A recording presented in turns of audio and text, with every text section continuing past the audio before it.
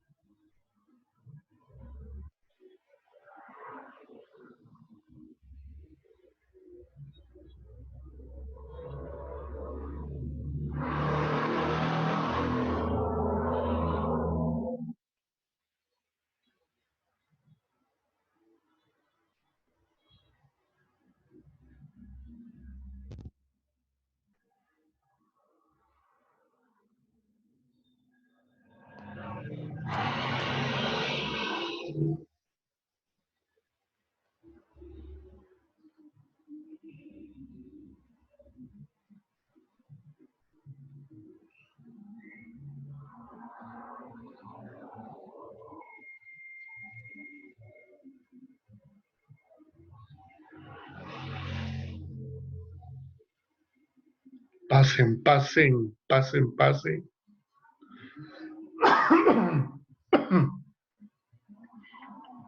Pasen, pasen, pasen, pasen.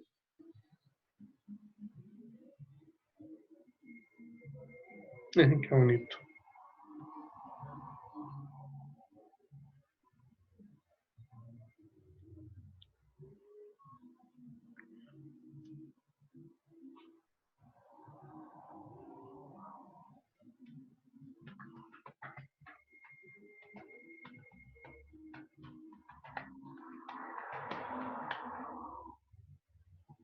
Ok, ya estamos casi todo. Falta nada más. Vamos a ver. Falta Andrew, falta Andrew y ahí está Audi. Andrew y ¿quién más? Ahí Javier. Ajá. Ok.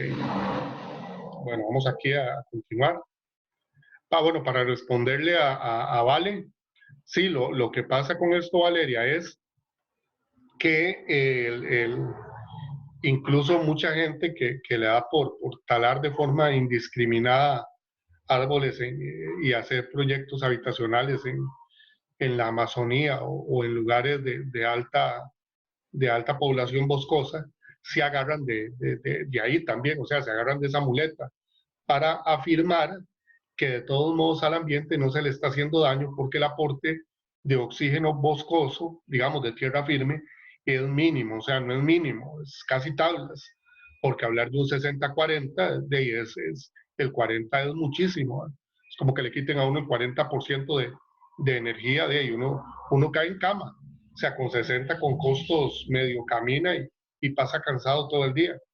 Entonces, más o menos a esa sobrecarga se expone, perdón, se expone el equilibrio de producción de oxígeno por parte del reino plantae cuando nosotros contaminamos los océanos. ¿Por qué? Porque está, por decirlo así, está motivando a huevo que el bosque de tierra firme produzca digamos, el faltante o el restante que no está produciendo en este momento el océano. Entonces ahí es donde está el problema radical, ¿ok? Pero efectivamente, o sea, efectivamente esas dos afirmaciones que vos dijiste son correctas. Lo de morir en el océano, que es dentro de eso, y morir quemado, o sea, morir por asfixia de quemadura, es de las dos muertes que dice la literatura, de las dos muertes más terribles que pueden haber, porque son las dos más dolorosas. ¿Por qué? porque uno pierde la conciencia ya hasta el puro final, o sea, uno se lleva todo el dolor de morir de esas dos formas. Vayámonos a la parte del océano, o sea, usted tiene, efectivamente tiene oxígeno circundante para tirar para arriba y lo tiene en altas concentraciones. Lo que sucede, que es lo que vimos a la hora de los transportes, cuando nosotros estamos enfrente de la ósmosis, al ser natural y al ser pasivo, que es ahí donde está la huevonada, donde es pasivo, no hay forma de poder detenerlo. O sea, uno va a quedar literalmente como una ciruela pasa ligo, o sea, o del campo, o le póngale la marca que quiera, o sea, usted está así de un pronto a otro, se va arrugando y se va arrugando, y queda como una pasa, hasta que trate o sea, de que el cuerpo va a tratar, y no por acción cerebral, sino por una acción bioquímica natural y pasiva, o sea, que no ocupa energía, y por eso se lleva a cabo y se sigue llevando a cabo. ¿Hasta dónde? Hasta el fin, o sea, hasta finalizar. ¿Qué es la finalización? La finalización es sinónimo de muerte. Es sinónimo de muerte. ¿Por qué? Porque se va a llevar a cabo hasta que termine de balancear o equilibrar su estado osmótico con respecto al estado osmótico del océano. Y eso nunca va a suceder. ¿Por qué? Porque recordemos que la ósmosis se va a llevar bajo gradiente de concentración, es decir, de donde hay más a donde hay menos, más que más agua dulce. O sea, usted tiene, digamos, usted cuando suda, si usted prueba su sudor, es salado. Es salado porque obviamente tiene cloruro de sodio y tiene otro montón de minerales. Pero esa sal, o sea, en comparación con la salinidad del océano, es mínima. Entonces, usted es dulce a la par del océano. Por eso es que el nivel de dulzor de uno va a tratar de equilibrar a la salinidad o sea, tratar de endulzar al océano, y eso no va a suceder nunca. Profe, no, pero yo decía como por ejemplo en una piscina que no necesariamente tiene sal. O sea, sin tomar en cuenta la parte de la sal, sino como Ok, cómo ok, se ahoga uno. quitemos de lado, o dejemos de lado la parte de la sal. Pero es interesante la pregunta, vayamos a la piscina. El problema es que la piscina no tiene concentración de oxígeno, porque no tiene plantas. O sea, lo podríamos ver como tipo un lago, como tipo un Bueno, río. entonces un lago. Ok. Eh, Buena pregunta. Sí, pero yo me imagino, ahí sería aventurarnos, porque uno muere probablemente, o sea, va a morir por ahogo, no muere por deshidratación. Es que si nos vamos en un lago, usted en un lago no se deshidrata, porque es agua dulce. O sea, usted puede estar en un río, digamos, cuando podamos volver a una poza, usted puede estar en una poza metida 8 horas y usted enseña la mano a la hora número 8 y usted tiene las manos de lo más bien, o sea, usted no se arruga como piel de viejito. ¿Por qué? Porque el agua dulce está casi en equilibrio con sus líquidos. Más bien usted va a absorber agua dulce. Pero entonces podría decirse que uno se ahoga, pero como porque le entra agua a los pulmones o algo así será, porque... Ah, sí, sí, pero es por ahogo de ahogo de asfixia, que era lo que decíamos. O sea, cuando uno se ahoga precisamente porque los pulmones, a diferencia digamos, a diferencia de los peces, nosotros no tenemos branquias. ¿Qué es la branquia? La branquia es, o sea, los peces tienen branquias y tienen pulmones. ¿Qué es la branquia en un pez? Es el equivalente al filtro en una pecera. O sea, es un filtro que entra todo el agua, pero sale el oxígeno. Entonces, las branquias en los peces es el equivalente a filtrar el agua para poder sacar el oxígeno para que vaya a los pulmones. O sea, Ah, ok. el oxígeno en los peces no entra por vía aérea, que es como entra en nosotros. Se llama vía aérea no porque volemos, sino porque entra a partir del aire. Los peces no respiran aire, o sea, ellos dentro de su respiración es oxígeno puro que viene de la filtración que hacen las branquias de agua-oxígeno. Ok, ok, gracias. Profe, Por eso es que uno guinda las tenis en el agua. Dígame, ¿quién dijo yo? no sería bueno hacer la foto ya que estamos 2:20. Ay, qué carga, Hilmer, excelente.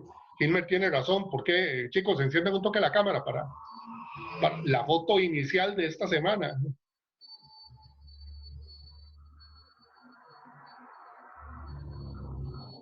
Hola Yuli, feliz cumpleaños. Muchas gracias, profe. Con mucho gusto. Mire, todos bañaditos como una letuz. Felipe, ese gorro rojo se te va a encarnar en el pelo. Ahorita tienes que cortarte así, güey, para poderlo quitar.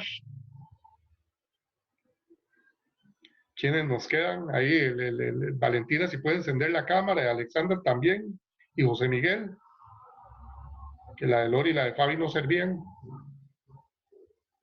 Eso, qué carilla, como una letuz, qué manera. Ok, sonrían bien bonito. Uno, Carlos, qué lindo pelo. 1, 2, 3. Gracias. Yo no sé por qué les da pena ver la cámara así. Cuando hacen selfies y todo, ay, sonría, sonría, ay, sonría, sonría.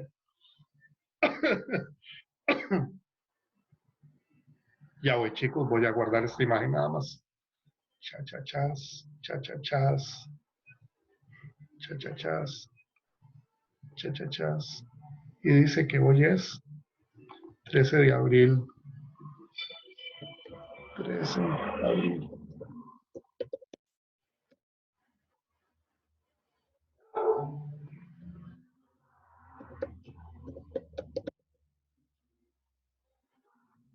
Carga, Hilmer, muchas gracias, muy amable. Ok, entonces, continuando con el fútbol, ¿verdad? Ok, estábamos aquí. Entonces, ¿qué era lo importante? ¿Qué era lo importante en la fotosíntesis? Ya pasamos por la fase luminosa y estábamos terminando con el ciclo de Calvin-Benson o ciclo de fijación del carbono. ¿Por qué? Porque aquí es donde vamos a ocupar el carbono para formar C6H12O6. ¿De dónde viene el H12O6? Del agua que no se fotolizó, del agua que no se fotolizó. Esa agua viene tanto de la fase luminosa como directamente de la entrada que tiene el agua al cloroplasto. ¿Okay? Y ojo, esto es muy importante. Esto es muy importante. Debido a que la fase oscura, digo muy cargada, se lleva a cabo en la oscuridad, por lo tanto no hay luz que impulse esta fase. Entonces uno diría, ¿de dónde viene la energía? ¿De dónde viene la energía? La fase oscura viene por carambola o por reflejo o por empuje ¿de quién? De la fase luminosa, de ambos fotosistemas. ¿Por qué? Porque ojo que vamos a utilizar tanto el ATP del fotosistema 2 como el NADPH del fotosistema 1. Entonces vamos a utilizar los dos o las dos monedas de energía o las dos monedas de combustible que se produjeron en la fase luminosa en ambos fotosistemas. ¿Okay? Esto es, en estos dos cuadritos de fase luminosa y fase oscura, está lo más importante que necesitamos saber de la fotosíntesis. Voy a cambiarme un tirito aquí. Y ojo, todo lo que viene aquí. Bueno, aquí viene bla, bla, bla, bla, bla, bla. La clorofila, viene explicado la clorofila. Obviamente, ¿dónde se lleva a cabo? En el cloroplasto. ¿Qué es la clorofila? O sea, estos son cosas que debemos saber. Estos son cosas que debemos saber porque es de conocimiento general de la fotosíntesis. Pero los puntos importantes están en este cuadro que yo les voy a pasar a ustedes. Entonces, aquí tenemos esto. Tenemos los eventos luminosos, ve que aquí viene un poquito más explicado, viene con más texto, donde se lleva a cabo, que representa cada una de las partes del cloroplasto para la formación de productos de la fotosíntesis que sucede en cada uno de los fotosistemas. Aquí estamos en la página 19 del resumen.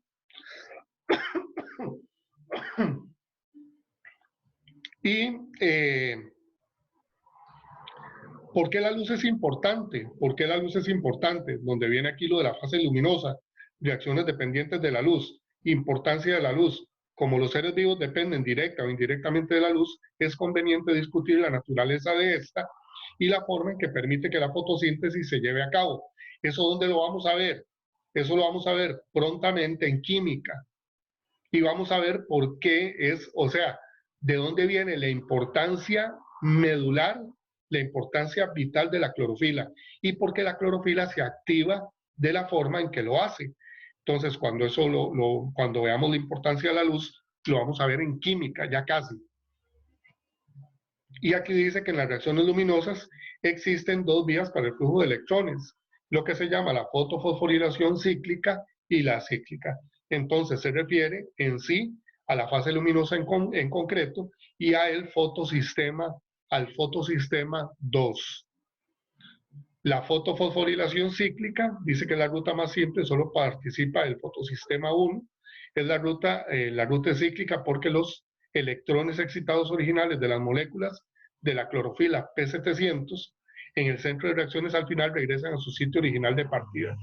Los electrones, que era lo que hablábamos ahora de la cadena de electrones, los electrones excitados son transferidos a lo largo de una cadena de transporte de la membrana tilacoidal al pasar de un aceptor a otro de los electrones a otro. Los electrones pierden energía y parte de esta se emplea en el bombeo de iones de hidrógeno.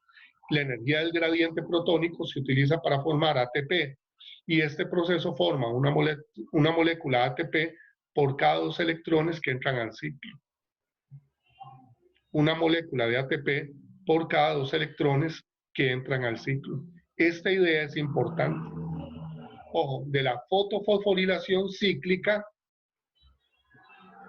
se forma una molécula de ATP por cada 2 electrones que entran al ciclo. ¿Ok? En la fotofosforilación acíclica, que es la más utilizada en ambos sistemas, el flujo de electrones de las moléculas de agua a las de NADP es unidireccional. Por cada electrón utilizado se produce 2 moléculas de ATP y 1 de NADPH. Entonces, en la fotofosforilación acíclica, es decir,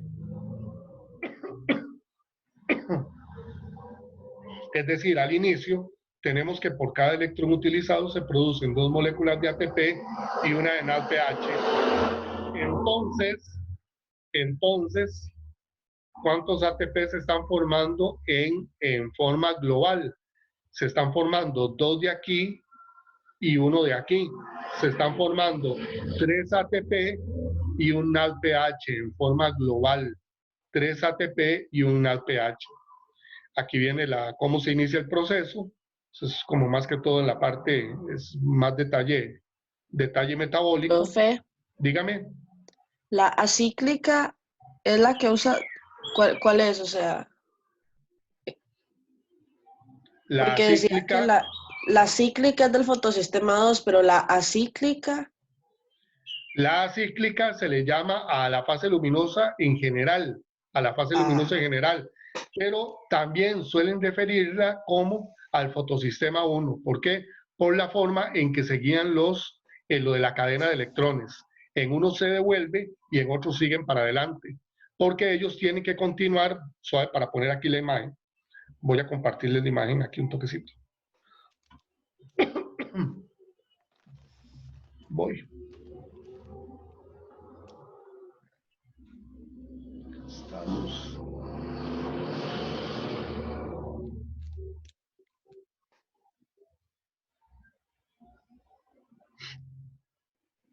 Vamos aquí un toquecito. ¿Están viendo la imagen, chicos? Profe, el documento. El documento, voy entonces.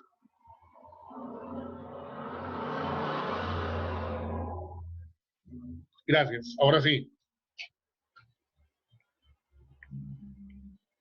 Ok, entonces, los electrones entran por excitación de la luz, pasan del 2, van al 1, y del 1 van o sea, de aquí van para ¿cómo se llama?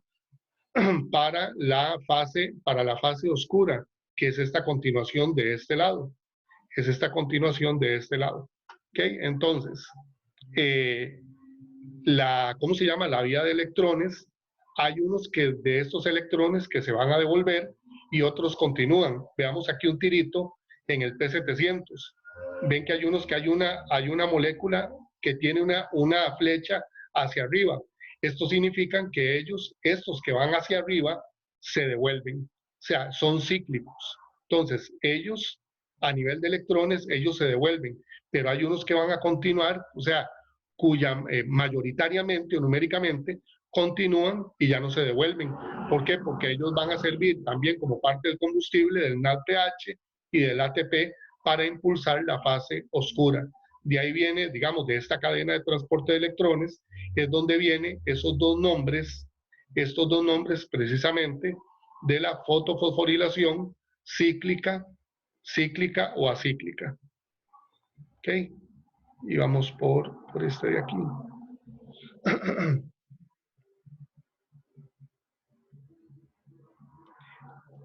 Entonces aquí también la parte, digamos, la parte importante de esta fase es cuántas moléculas de energía se están formando por los reactivos de entrada. Entonces la energía formada es un ATP de la cíclica y 2 ATP de la acíclica. Por lo tanto, en forma general, estamos sintetizando 3 moléculas de ATP y una molécula de NADPH por cuántos electrones que entraron a toda la fase, no en la fotofosforilación, sino a toda la fase lumínica. Entonces, de la fase luminosa dice que aquí entraron 2 electrones y aquí entra un electrón. Entonces, por cada 3 electrones que entran a la fase luminosa, se forman 3 ATP y un NADPH. Eso lo pueden apuntar ahí. Porque esa pregunta suele ser o solía ser pregunta de bachillerato. Que cuánto era la energía formada, cuando hablaban de energía se referían a estas dos moléculas, cuánto era la energía formada en forma global o de manera global. Entonces, en la fase lumínica podemos apuntar ahí que por cada 3 electrones que entran al mecanismo se forman 3 ATP y un NADPH.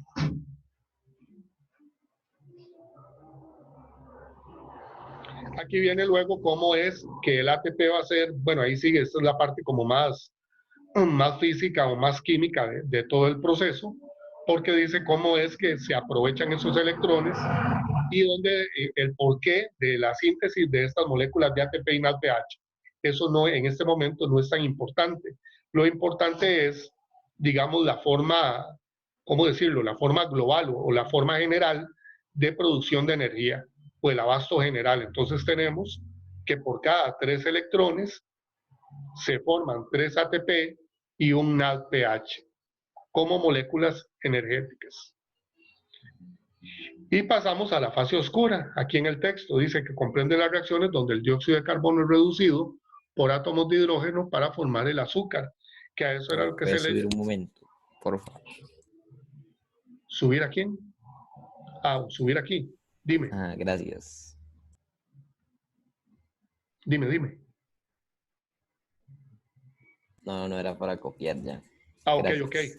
Esta parte que está aquí es como toda la explicación físico-química de qué es lo que está sucediendo para que eso se forme. Esa explicación físico-química no la ocupamos tanto. O sea, si gusta se la pueden leer, pero realmente lo importante es lo que acabamos de decir del abasto general. ¿Ok? Eso es lo más importante.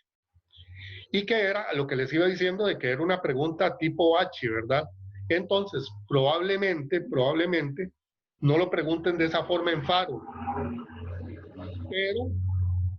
pero puede haber una relación, por ejemplo, entre mecanismos más energéticos. Entonces pueden poner con respecto, o sea, ponen todo un texto y preguntarnos cuál mecanismo es más energético, si la fase lumínica, si la fase oscura, o incluso comparar la fotosíntesis con la respiración celular, que es el tema que sigue luego. Dice que pase adelante. Fase oscura, que era lo que hablábamos de la fijación del dióxido de carbono, a la fijación del carbono. Este es reducido por átomos de hidrógeno. Cuando dice que es reducido significa que los átomos de hidrógeno lo golpean o se unen a él para formar azúcar.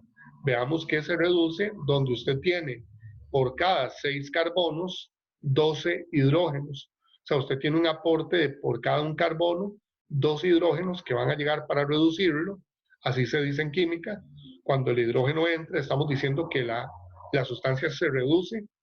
¿Y para qué? Para formar al final, con el oxígeno que viene del agua sobrante, recordemos que venía agua de la fase lumínica, con el oxígeno que viene terminamos de formar la molécula de glucosa, Esto se puede realizar en la oscuridad, por supuesto. De hecho, Calvin y Benson lo que descubren es que ese es el principal producto de la fase oscura. Entonces, si a usted le dicen cuál es el principal producto de la fase oscura, la respuesta es glucosa. ¿Okay? Ojo, que la fase oscura no es alta en energía, o sea, no produce energía. No produce energía, y de producirla es muy poca, porque es casi despreciable, porque el abasto energético se da en la fase luminosa para que continúe la fase oscura. Más bien la fase oscura es una fase que consume energía, perdón. Dice aquí, la primera parte de la fase oscura comprende la aparición del dióxido de carbono, que debe ser incorporado por parte de un compuesto químico no gaseoso. Se logra cuando el carbono reacciona con el azúcar de 5 carbonos, ribulosa 1,5-difosfato. Este es un azúcar que se produce mediante la fase oscura y se forma otro azúcar de 6 carbonos, que es el que andamos buscando, el cual es inestable. Se va a romper en 2 ácidos orgánicos, 3 carbonos cada uno. Este ácido orgánico es el 3-fosfogliceraldehído, el cual se abrevia con las iniciales PEGAL, y esto se lleva a cabo por una enzima. El PEGAL es convertido en fructosa fosfato, donde interviene el ATP y el NADPH, formados en la fase luminosa, cediendo su energía para permitir la síntesis de la fructosa fosfato, la cual se convierte posteriormente en la glucosa. Entonces, son varios azúcares chiquiticos que están en la fase oscura, y mediante una respuesta anabólica de la fotosíntesis terminamos formando como último producto principal el azúcar o la glucosa para decirlo en forma correcta. ¿Okay? Ahí tenemos la glucosa. Aquí viene un cuadrito resumen similar al anterior. Este viene aquí, pero el otro también se los voy a anexar. Entonces dice: reacciones de la luz, las que captan energía, condiciones de que haya luz, lugar o donde se lleva a cabo, en los tilacoides, proceso, aquí viene el proceso,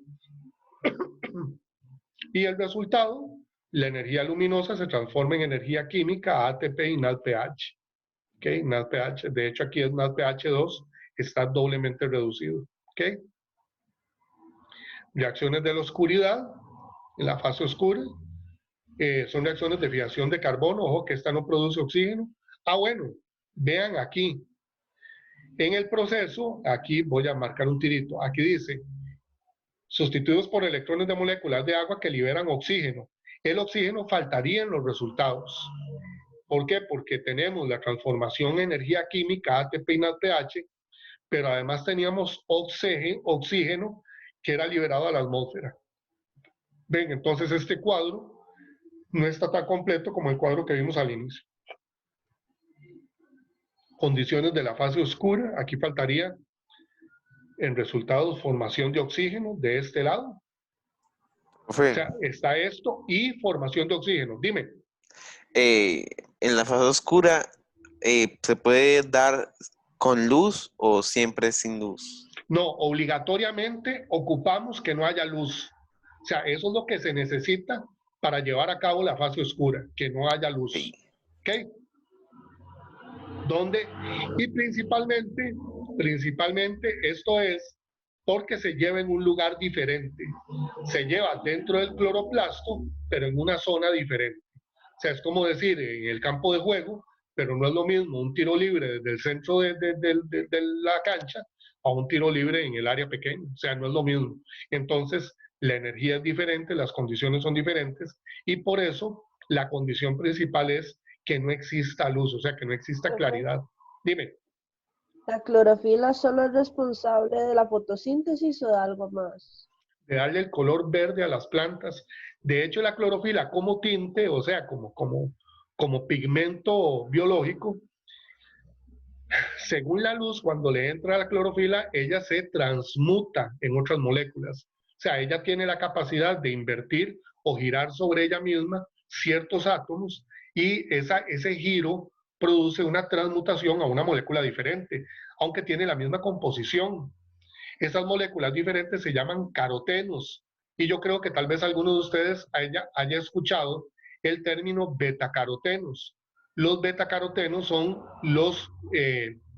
las moléculas responsables de darle pigmento tanto a las frutas como a las hojas de los árboles o a las flores, los betacarotenos, pero provienen de un subproducto de la clorofila. Entonces, pregunta excelente, porque la clorofila tiene dos funciones importantísimas. Está la parte de la fotosíntesis como función primordial y está la parte de la coloración de las plantas como función secundaria. ¿Okay? En la fase, con mucho gusto, en la fase oscura, conocido como Kelvin-Benson, lo que vamos a hacer es reducir el CO2, reducir el CO2 que está entrando mediante las moléculas energéticas que provenían de la fase lumínica para formar la glucosa. Eso es en sí la idea principal que vamos a obtener como resultado, como resultado final.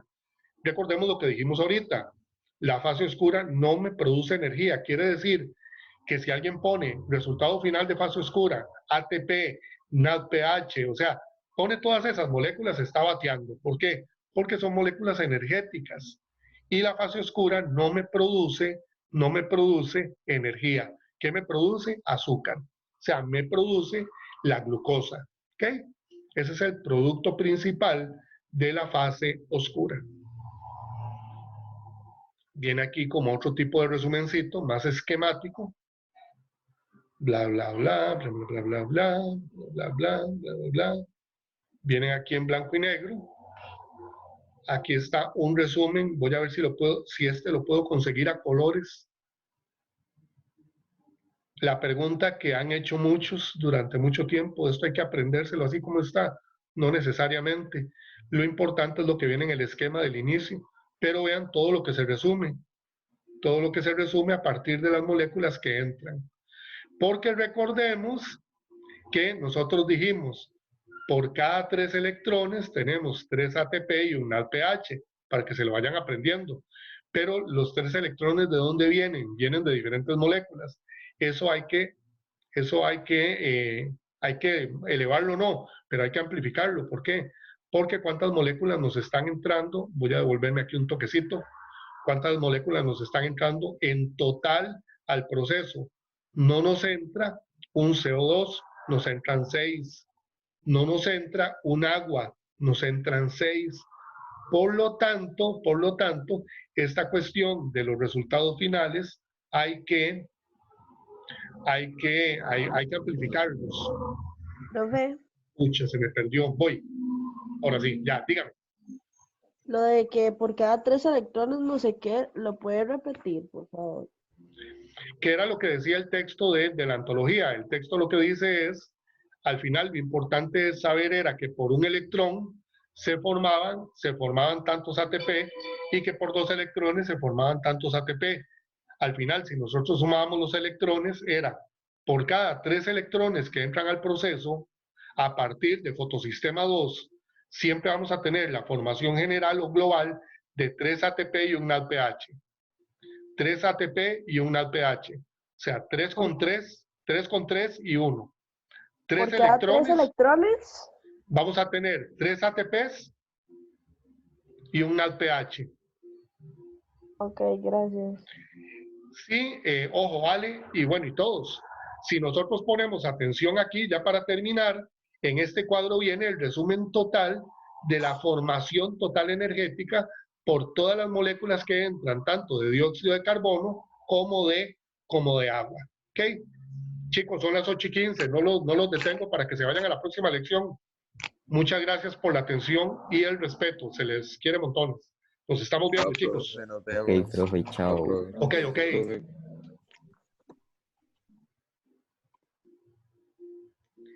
Chao. Chao, profe. Chao, nos vemos. Chao, profe.